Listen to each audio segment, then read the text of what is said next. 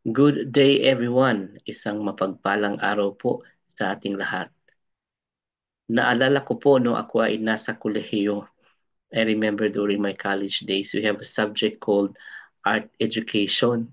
Meron po kaming asignatura na tinatawag na art education or sa sining.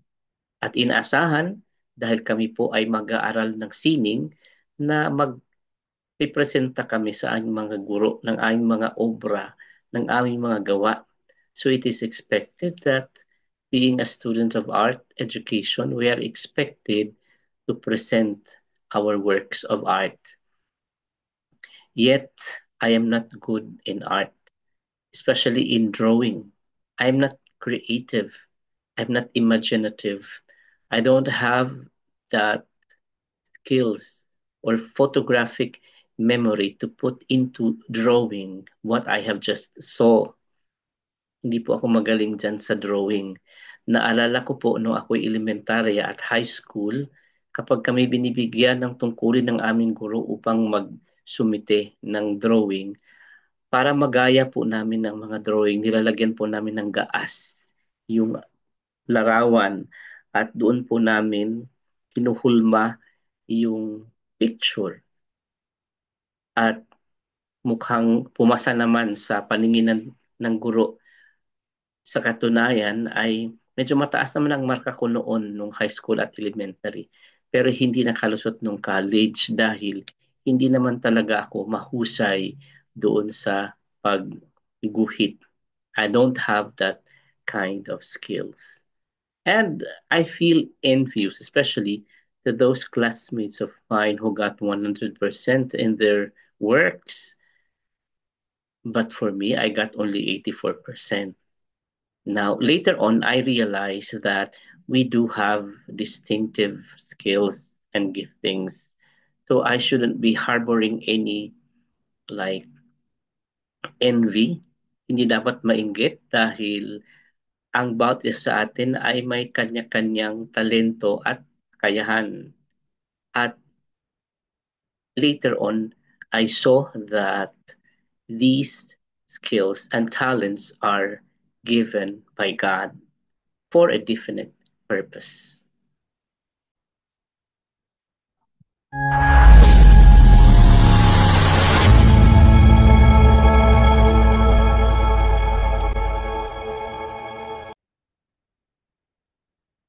Before we begin in today's devotional, allow me to bring to you the announcements and invitations. Every Saturday, Jesus Cares Ministry have a fellowship at the Evangelical Church Al-Ain Kanan Hospital, Backseat to Bethany from 10:30 in the morning up to 1 o'clock. So inaanyayahan po namin kayong dumalo. Maaari niyo pong dalhin ang inyong mga anak dahil meron po kami mga guro upang sila ay turuan. Kung kayo naman po ay music enthusiast, either vocals or uh, playing musical instruments, you can join the praise and worship team. Meron po kaming prayer meeting kung meron kayong mga prayer request, maaari niyo pong ipadala sa amin sa pamamagitan ng private message at amin po itong ipangdasal sa ating Panginoon. Meron din pong nagaganap na Discipleship 101. Ito po ay online tuwing Martes ng gabi. At Bible study po na online at saka face-to-face na Bible study. Nasa inyong screen ang larawan ng mga kapatid na sumasali sa amin tuwing Sabado upang sila po ay makipag-fellowship sa amin. Ang kulang na lamang po ay ikaw, wala ka dyan. Yung mga sisters po natin, masayang-masaya pagkatapos ng service, nagpa-picture sila po sa labas ng simbahan. At sila po ay tuwang-tuwa sa kuhang ito. At gayon din, yung mga kapatid po natin, natutuwa po tayo na sila po ay nag-present noong araw na iyon ng isang song number. Kaya nga po ay inaanyahan namin kayo kung kayo po ay may skills, may talent sa music, kayo po ay makipag-ugnayan sa amin. Welcome na welcome po kayong sumali sa ministry na ito. In today's devotional, Lisa M. Samra wrote and gave the title God-Given Skills and Talents. So, ang Diyos po ang nagbigay ng kakayahan at ang Diyos din po ang nagbibigay ng talento. Today is March 18, 2025, and whatever you are doing today, I am inviting you to join me in today's devotional brought to you from our Daily Bread Ministries. Katie Sim provides us the insight in today's devotional. Tayo muna ay bigyan ng pang-introduksyon na pagpapaliwanag sa ating pong babasahin ngayon. At ito po ay ibinigay sa atin ni Katie Sim. God told Pharaoh to let my people go so that they may worship me. Itong pangyayari pong ito ay doon pa po sa Egypt noong panahon ng mga Israelitas ay naroon. Sila po ay mga slave doon for more than 400 years. So sila po ay naroon at sila nagtrabaho at sila po ay dumami. If you remember, ang pamilya po ni Jacob ay lumipat doon sa paanyaya ng kanilang ika-11th son na si Joseph na nauna doon dahil tagutom noon at sa kanilang lipi po ay dumami ang mga Israelitas. Kaya nga tinatawag silang Israelites dahil sila po ay lipi ni Jacob na later on pinangalanan din po siya na Israel. Kaya sa kanya po nanggagaling ang lipi ng Israel sa lipi po ni Jacob na anak po ni Rebecca at saka ni Isaac. Si Isaac naman po ay anak ni Abraham. So ito po yung pangyayaring ito at ang Diyos mismo ang nagsalita sa pamamagitan ni Moises at saka ni Aaron at sinabihan ng Diyos ang paraon. Ang paraon po ang siyang nagsisilbing leader ng Egypt that time. Yan po ang tawag sa kanila. Yan po ang title sa kanila kasi may mga pangalan naman sila pero yun yung title sa kanila at ito din po ay pinaniniwalaan na sila din po ay mga gods doon po sa Egypt during the time. They are being revered. Pero sinasabihan siya ng Diyos na palayain ang kanyang uh, ang mga Israelitas, mga tao kasi ang tawag dito. Kaya lang, tinatangi ng Diyos ang mga taong ito ng mga Israelitas na kanyang mga tao. Kaya yan po ang sinasabi ng ating Diyos. Yun nga po, nag-exit na ang mga Israelitas galing sa Egypt and according to this narrative, 2 months after leaving Egypt, the Israelites encamped at the base of Mount Sinai. Kung naalala po natin, doon po sa Mount Sinai, ibinigay ang 10 utos. So, sila po ay nagbiyahe mula Egypt hanggang sa paanan ng Mount Sinai, in which where God gave His people the law in chapters 20 verse 20, chapter 20 to 24. Kung kaya mababasa po natin dito yung 10 utos, kung naalala po natin, and instructions on how they were to live, worship, and serve Him. Chapters 25 to 31 naman sa aklat ng Exodus. So kung atin pong makikita dito po sa kanilang paglalakbay, tinuturuan po sila ng Diyos dahil sa looban naman ng mahigit 400 years dun sa Egypt ay hindi po wala po silang katuruan na kung paano po sila mamumuhay bilang isang bansa kasi they are slave there.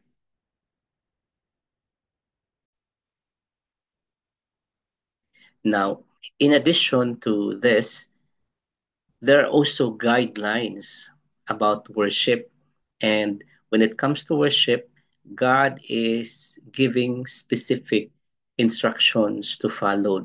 So pagdating po sa pananambahan, ang Diyos po ay nagbibigay ng panuntunan, nagbigay ng instruction. At dito po ay makikita natin, as we can read, the tabernacle built according to God's exact blueprint. Kapag sinasabi natin blueprint, kung ikaw po ay nasa construction, ito po ay drawing, was his dwelling place. So, yung tabernacle is a holy sanctuary, which is the dwelling place of God's presence. Dahil sa kalagitnaan ng tabernacle, nandoon po ang Ark of the Covenant, yung arko ng tipanan na nandoon nananahan ang presensya ng Diyos. A holy sanctuary so he could live among his people. In Exodus chapter 25, verse 8, God appointed two master craftsmen. Makikita natin na ang Diyos mismo sa kanyang panuntunan ay siya din po ang pumili ng dalawang magagaling. Sila nga po ay tinatawag na architects of the ark, architects of the tabernacle, Bezalel and Oholiab, and gave them special abilities to lead the work and teach other craftsmen and artisans according to Exodus chapter 31 verses 1 to 6 and Exodus chapter 36 verses 30 to 4. Pinili po ng Diyos ang dalawang taong ito, si Bezalel at saka si Oholiab. Sa inyo pong pandinig, maaaring kakaiba ang kailang pangalan.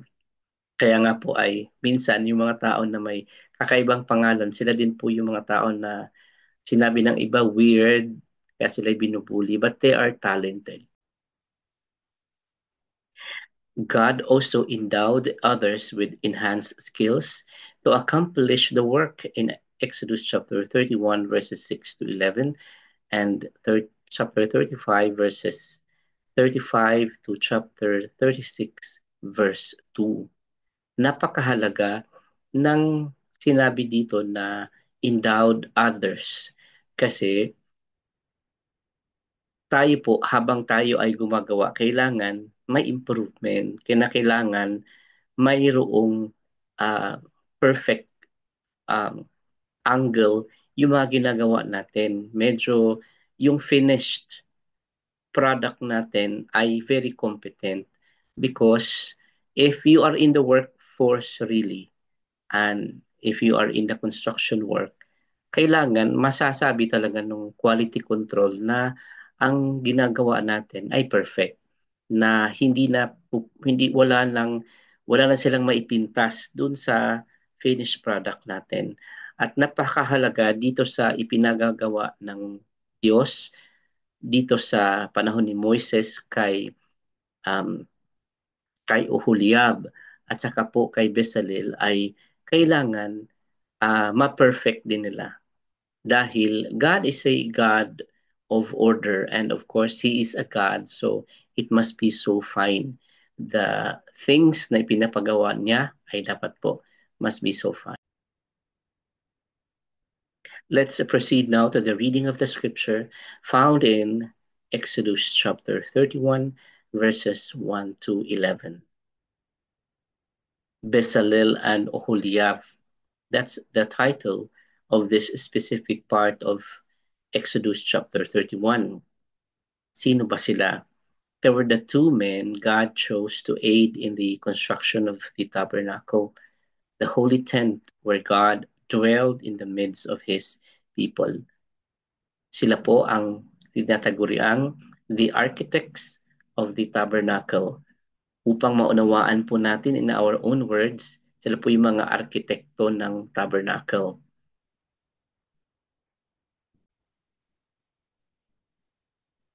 Ito ay pasilip lamang sa tabernacle. Actually, it is so holy. And it seems that whenever we are going to see this, I believe mockery is not allowed. Huwag po tayong magsabi ng ano-ano dahil ang picture na ito ay napaka-banal. Ang tabernacle po ay tinatawag din na tent of the congregation or tent of meeting. Was the portable earthly dwelling of God used by the Israelites from the Exodus until the conquest of Canaan. Bakit siya portable? Dahil siya po ay movable. As the Israelites move, na nagmo-move din ang tabernacle. Lagi po itong daladala na kasama nila habang sila po ay naglalakbay patungo sa land of promise na tinatawag na Canaan.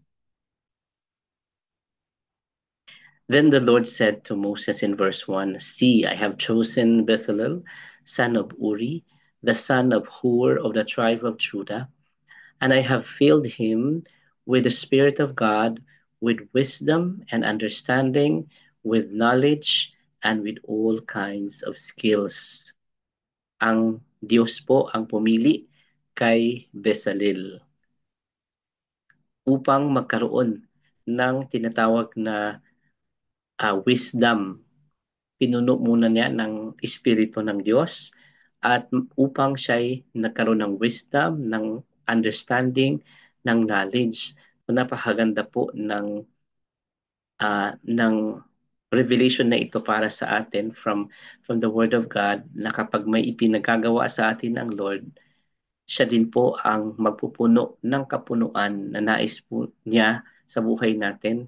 First and foremost, pinupuno niya ng banal na espiritu, Spirit of God, and nagre-resulta ito ng kapunuan ng wisdom, understanding, and knowledge, and with all kinds of skills. Kaya dalangin natin sa mga mananampalataya na kung kailangan po natin ng paghahasa ng ating kakayahan, ang kailangan natin ay magpupuno tayo ng banal na espiritu.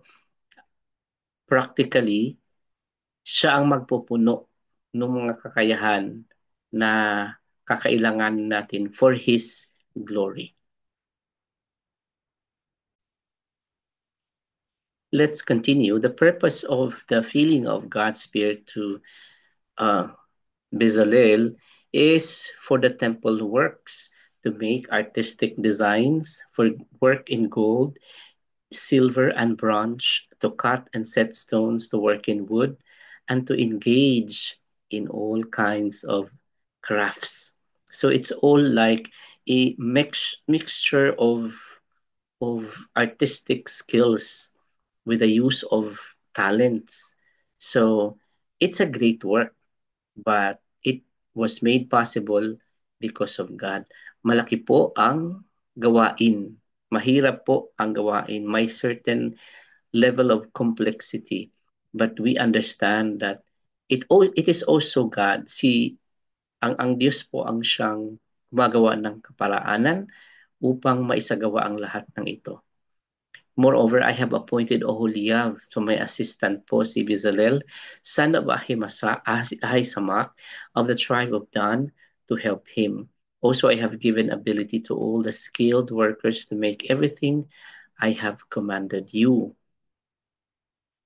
The tent of meeting, the Ark of the Covenant law with the atonement cover on it, and all the other furnishings on the tent, the table and its articles and pure gold, lampstands and all its accessories, the altar incense, the altar of burnt offerings, and all its utensils, the basin with its stand, and also the woven garments, both the sacred garments of Aaron, for Aaron, the priest, and the garments for his sons when they served as priests, and the anointing oil and fragrant incense for the holy place, there to make them just as I commanded.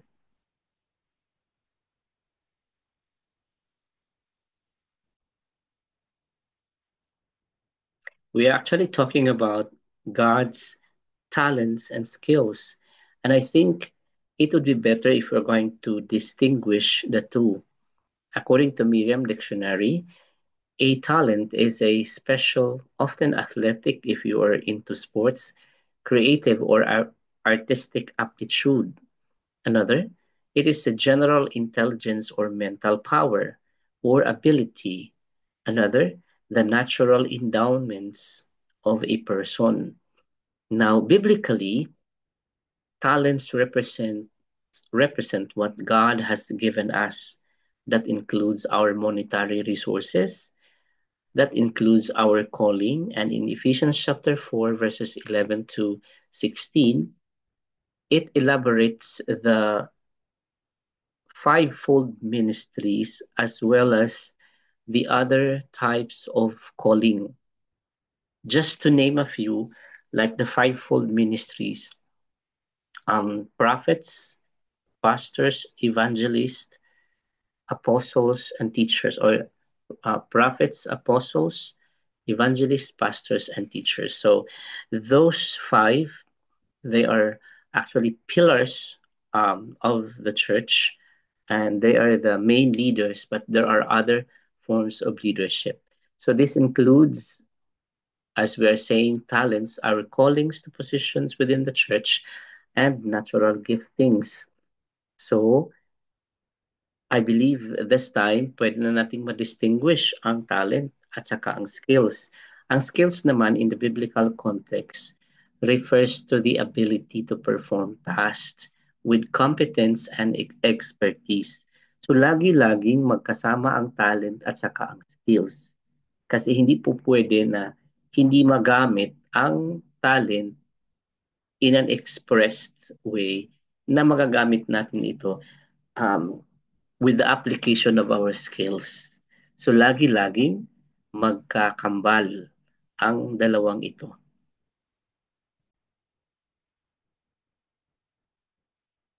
Let us explore Lisa M. Samra's writing, God-Given Talents and Skills. Some of the most famous pianists in the world, including Von Cliburn and Vladimir Horowitz, relied on Franz Moore, chief concert technician at Steinway and Sons in New York, to ensure that their concert pianos were ready for performances. Nasa inyong screen ang mga larawan ni Van Cliburn at saka ni Vladimir Horowitz. Ayon sa ating nabasa, sila po ay mga pianist pero hindi sila nakakatugtog successfully in their concerts kapag wala po ang tulong ni Franz Moore. So very skillful po si Franz Moore pagdating po sa tuning.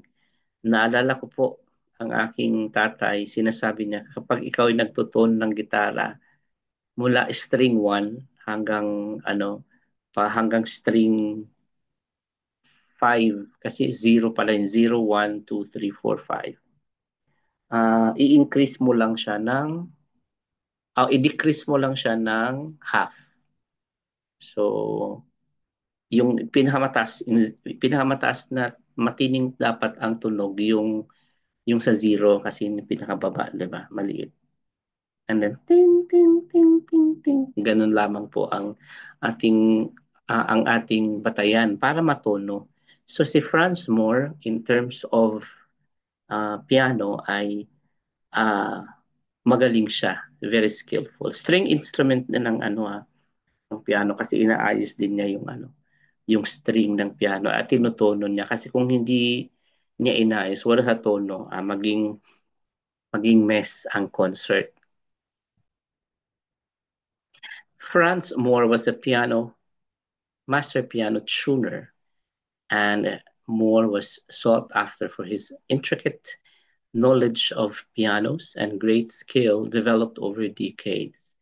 Moore believed his skills were an avenue to serve God, and he regularly shared his faith with pianists and performance staff. When the nation of Israel was preparing to build the tent of meeting or the tabernacle and other items necessary for worship, they needed individuals with expert skills.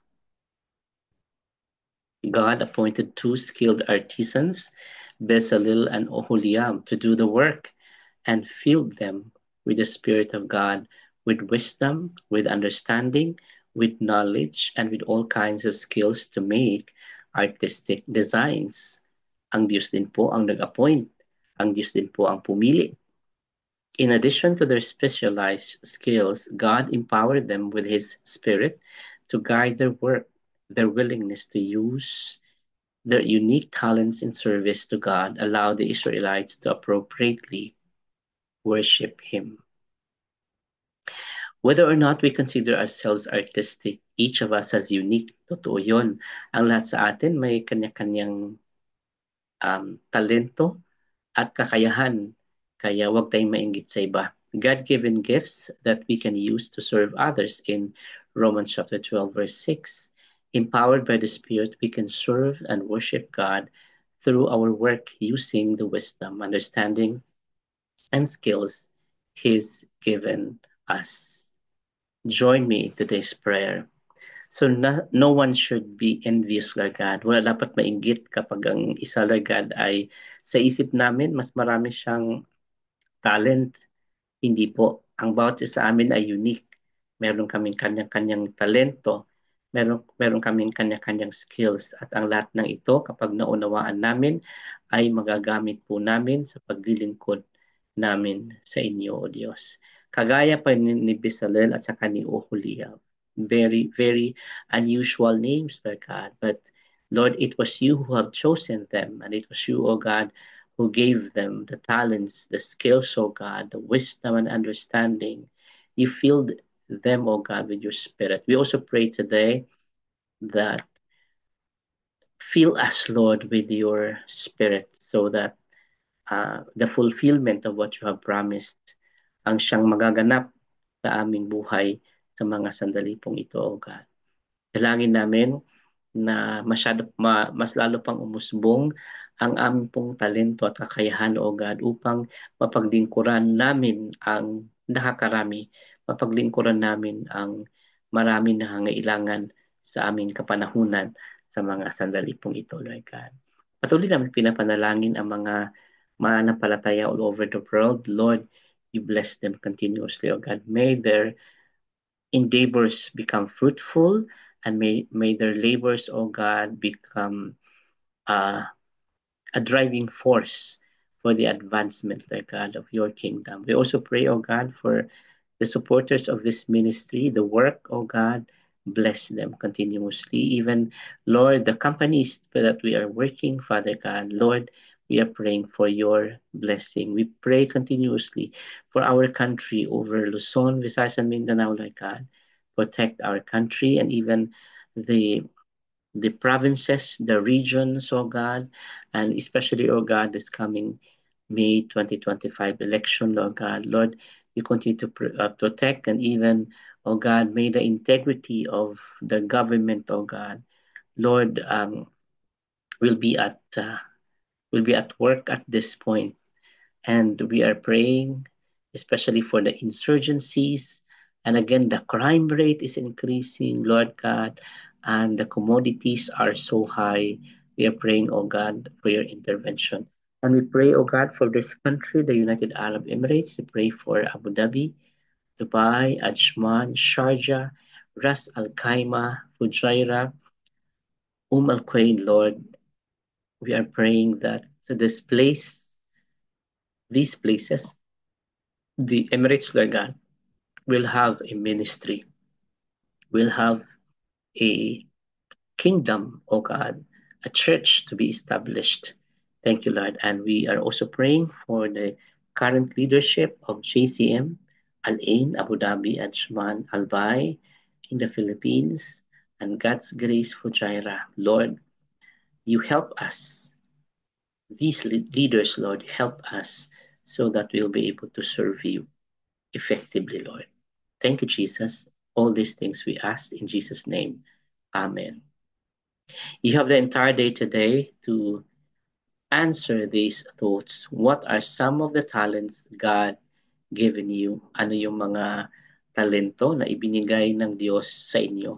How might you use them to serve Him? At paano niyo po ito magagamit sa paglilingkod? Some of you are actually a silent type, just observant for the meantime. Yet, it's not always like you are going to become observant. You're going to be seated there at the last row. You should be in front and be of God's service. Huwag po tayo maghintay na mapanis yung mga talent natin dahil accountable tayo doon. So, kailangan natin gamitin. Huwag tayong umupo doon sa pinakalikuran. Magpagamit na tayo, magpresenta na tayo para sa kaluwalhatian ng ating Panginoon. God bless everyone. See you again tomorrow.